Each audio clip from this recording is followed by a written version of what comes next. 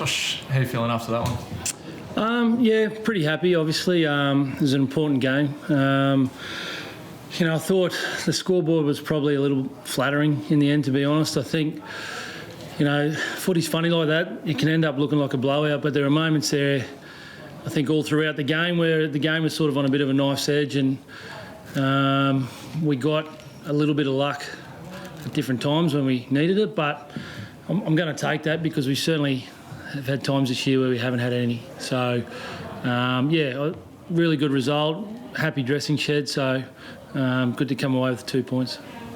There's a few errors early in the game. What did you make of the conditions? It was good for me sitting up at the grandstands. I think obviously the players probably found it a little bit slippery out there. It's probably the hottest conditions we've played in for a while, and I just think there's probably a bit of sweat obviously on the ball, and probably both teams struggled to adapt a little bit, a bit loose with our carry, and I also just thought we were a little bit guilty of trying to take every little half chance that came our way in that first half, and so we spoke about that at half time, and we're a little bit better in the second half, but still I think our completion rate was only like 60%. So generally you don't win in the NRL when you have a completion rate that low, but to put 50 on, says we might be a decent footy side. With the conditions in mind, did you come here with a plan to send your outside backs through their middle, knowing it was going to be hot today? No, we love our back five. We think it's a real strength of ours, and we feel like that's an important part of our game. No matter who we play, no matter where we play, that those guys really get our sets going from the backfield, and they were exceptional today. I thought, in that second half, again, early parts of that second half, and the game's in the balance, and Sione Katoa busts the line, and then Ronnie Mulatalo goes the length, and they're sort of exceptional plays for an outside back to do that out of the backfield, and it gives everyone a lift. So, yeah, really, our back five were enormous today. When it got back to, I think it might have got back to about 14 in the second half there. What was the message that was sent out at that time?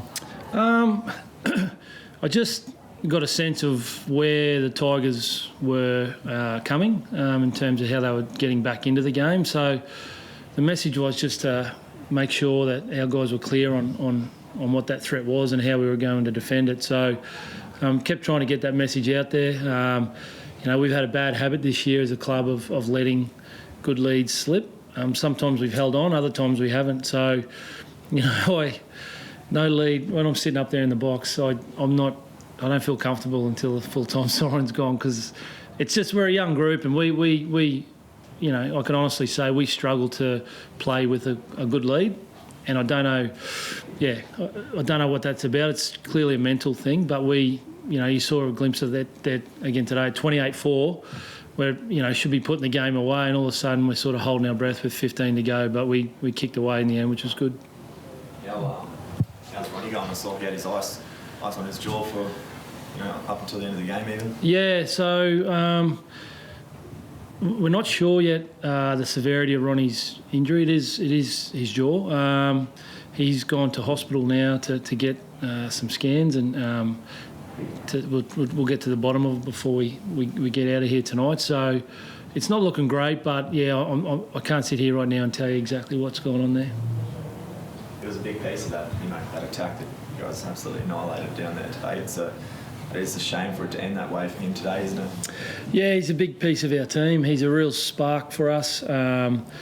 He gives everyone a lot of energy, and invariably when Ronnie has a good game, we win. He's that kind of player, and he was having a really good day out there. So, yeah, fingers crossed. It's a good result. Got to ask Josh.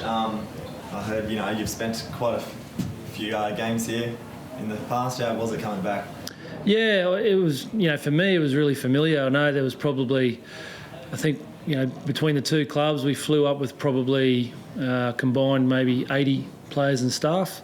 It's probably pretty foreign to the other 79, but it felt really familiar. Yeah, I spent a lot of time here at Brown Park, and a lot of good memories of, it's it's a bit nostalgic, to be honest. I played a lot of footy in the area as a junior, but also when I coached South Logan Magpies in the Intrust Super Cup, we obviously played the Capras here a couple of times, and lots of good memories. And the game was really well received, which I knew it would be. This is Rugby League heartland, and really happy for the area to get such a quality game. It's such an important game. Getting trial matches is one thing, but to actually get competition games and of such significance, I think it's a really good thing for the area. And while the facilities might not be NRL standard as such, I think the players actually love playing in front of these crowds, because there's a different atmosphere, because it means a lot to these people who don't get to see their heroes too often.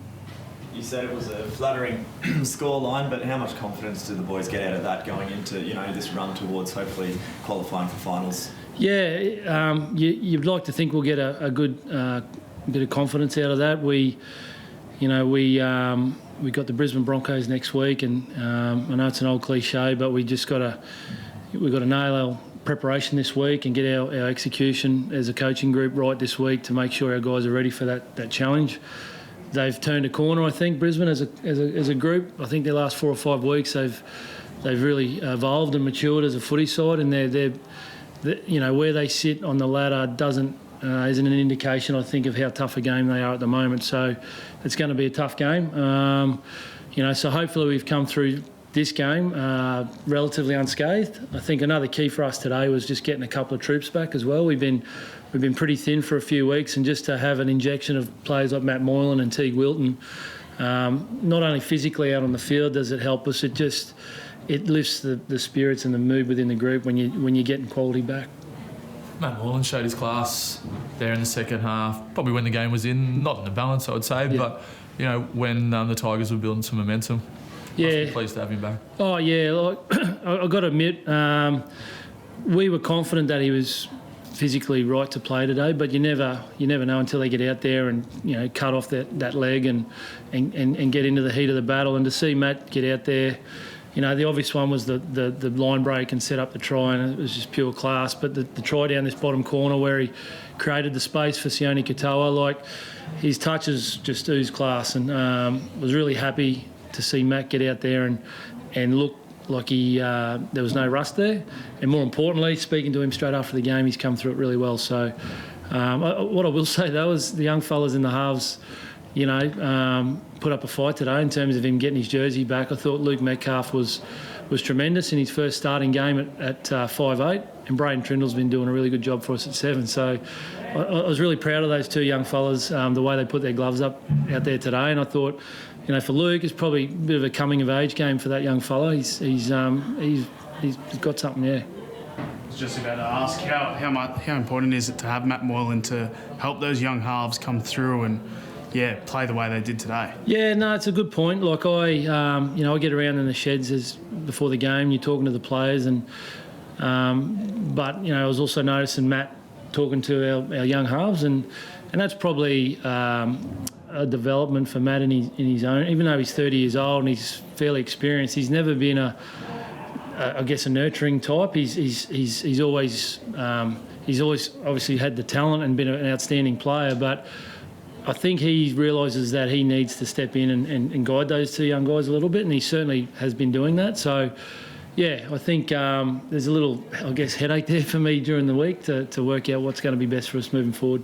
And how important is this win as well? Because obviously for Feeder in the news this week, must be good for the boys to get out there and really, do him proud when he's hospitalised. Yeah, I think absolutely.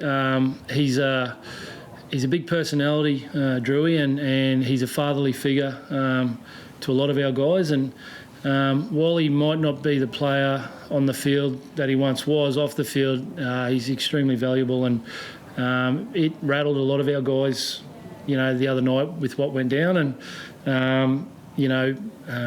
it took everyone, a little while to digest it and process it.